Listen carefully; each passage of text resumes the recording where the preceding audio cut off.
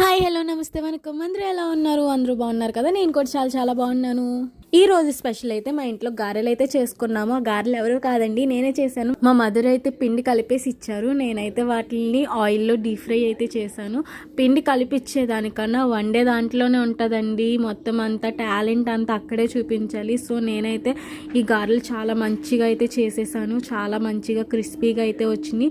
అందరూ బాగా తిన్నారు. అందరూ మంచిగా, మా డాడీకి కూడా చాలా బాగా నచ్చినాయి. మా డాడీకి ఎప్పుడు కొంచెమే తింటారు, అలాంటివి ఈరోజు కొంచెం ఎక్కువగానే తిన్నారు గారెలు అయితే. ఆయిల్ కూడా అంత ఎక్కువేం తీసుకోలేదు, లైట్గానే ఆయిల్ పట్టింది. కానీ అది షేప్ వేయడంలో ఉంటుంది. చూడండి చాలా మంచిగా చేస్తున్నా కదా. నేను వంటలు చెయ్యను, కానీ అప్పుడప్పుడు చేశానంటే అదిరిపోవాల్సిందే. అదే అండి మన టాలెంట్. మరి మీరు అనుకోవచ్చు, బాండి వచ్చేసి అంత పెద్దది పెట్టారు, ఆయిల్ ఇంత కొంచెం వేశారు అని చెప్పేసి అనుకుని ఉంటారు. ఎందుకంటే ఆయిల్ ఎక్కువ వేస్తే వాటిని ఆయిల్ ఎక్కువ పీల్చేసుకుంటుంది. సో అందుకోసం అని చెప్పేసి కొంచెం ఆయిల్ వేసి మూడు గారెల కింద వేసాను.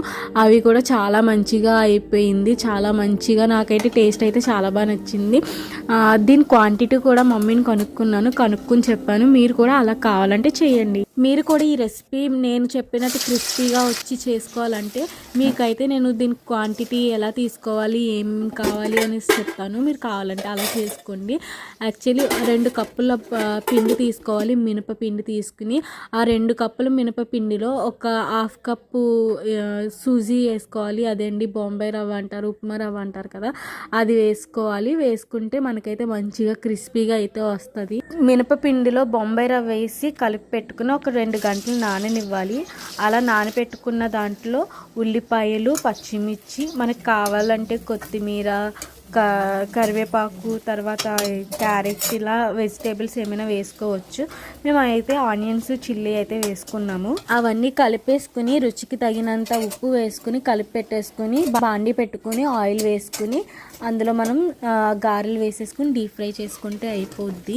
మనం వండుకున్న గారెల్లో దీనికి కాంబినేషన్ చికెన్ చాలా బాగుంటుందండి. చికెన్ విత్ గారె కాంబినేషన్ ఎక్స్ట్రాడినరీ. అసలు నాకైతే చికెన్ కర్రీ లేదు, సో నేను నార్మల్గానే తినేస్తున్నాను. దీనికి చికెన్ కాకుండా ఆల్టర్నేట్ ఏమైనా కావాలంటే మనం పల్లీ చట్నీతో తినొచ్చు. చూడండి ఎంత క్రిస్పీగా ఉందో, చాలా బాగుంది. విరిచిన వెంటనే విరిగిపోయింది చూడండి, చాలా క్రిస్పీగా ఉంది. చూడండి సౌండ్ ఎలా వస్తుందో వినండి.